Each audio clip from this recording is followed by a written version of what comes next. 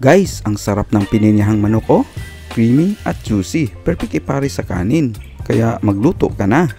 Itong karne ng manok, buhusan natin ng pineapple juice at i-marinate muna ng 20 minutes.